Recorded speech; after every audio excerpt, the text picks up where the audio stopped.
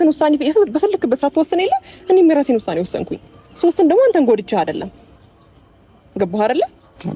ስለዚህ ቡዜ ግን ሐሳቤን ተረተሽኛል ወይ ደግሞ እኔ አንቺን ብቻ ባወራሽ ደስ ይለኛል። በቃ ቅርታ ታድርግልኝ ነው ያለኝ። ለዛም ነው እኔም አንቺ ጋር እንደዚህ ላወራሽ የቻልኩት እንጂ አንቺ ጋር የማወራበት ምንም ድፍረት የለኝም እውነት ለመናገር። ለምን የሆንሽውን ስለማቅ አጠገቤ ስለነበርሽ ማለት ነው። እና አሁንም ብትቺኝ አሁን መጫን ፈልጌ አይደለም ብትቺ ቆም ብለሽ አንድ አንገቱ እንዲደፋ ወይም ደግሞ የሆነ እንዲጀብረው እንዲከፋው አይደለም። ግን ሁልጊዜም እኔ ከሱ ጋር ሰውን ተጎጂዋኔ ነኝ ይሆንኩ ያለው እሱ የፈለገውን ህይወት እየኖረ ነው ያለው። ለዛ ነው ጊዜ እስቲ እሱ የኔን ነገር አንደርስታንድ ማድረግ ቢችል ኖሮ ታሞ እንኳን ከተነሳ በኋላ ያደረኳቸውን ነገሮች ቁጭ ብሎ ወደ ኋላ መለስ ብሎ ቪዲዮ ማየት ይችላልና የራሱን ውሳኔ መወሰን ይችል ነበር። ግባሽ አይደለ? በአንድ እጅ እያጨበጨብኩ ነው ያለሁት። ከዛ ነገር አንፃር ነው ይሄን የወሰንኩት እኔ። ልክ ነሽ አንቺ። እኔ ብዙ ነገር ብዬዋለሁ። በጣም ብዙ ነገር ማለት ካለብኝ በላይ ብዬዋለሁኝ። እና ምናልባት ሜቢ ተምሮ ከሆነ እስቲ አንድ እድል ስጪ በሚል ነው እንደዚህ ያልኩሽ። አስቢበት በደንብ ብቻሽን። እኔ አሁን እንዲህ ካላረግሽ አልልሽም። አስቢበት ቁጭ ብለሽ የሚሆነውን አድርጊ እንጂ እኔ አልጫለሽም።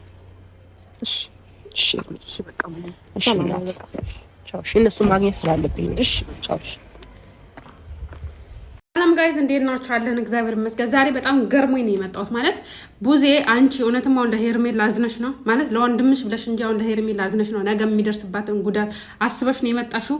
ወንድምሽ ብቻ እንዳይጎዳ ስለምትፈልጊ ወንድምሽን ይዘሽ ይቅርታ አድርጊለት ምናምን። ይቅርታ ለምንድን ነው የምታደርግለት? ማለት እሷ የተጎዳችውስ ነገማ አንድ ሴት ስትመጣ ጥሏት ይሄዳል። ከዛ ዋጋ የምትከፍለው ሄርሜላ ናት። እና ለምንድን ነው እንደዛ የምታደርጊው? ቡዜ ለምን አርፈሽ አትቀመጪኝ? ከቻልሽ አርፈሽ ተቀመጪ። የምር በቃ ሲጀምር ባንቺ ያስጠላል ይሄ ነገር ማለት ነው። በጣም ነው የሚደብረው።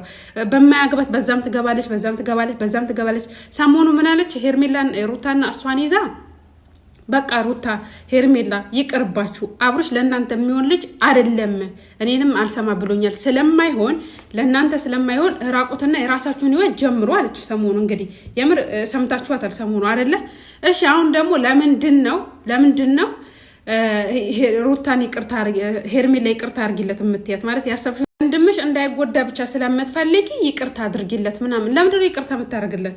ለምን ይቅርታ ታደርግለታለች? የዛኔ ሲጎዳት የት ነበርሽ አንቺ? አብርሃም ነገር ትክክል አይደለም፣ ሄርሜላ በጣም ላንተ ብዙ ዋጋ ከፍላለች፣ በጣም ላንተ ብዙ ነገር አድርጋለች ብለህ ለምን አላልካትም?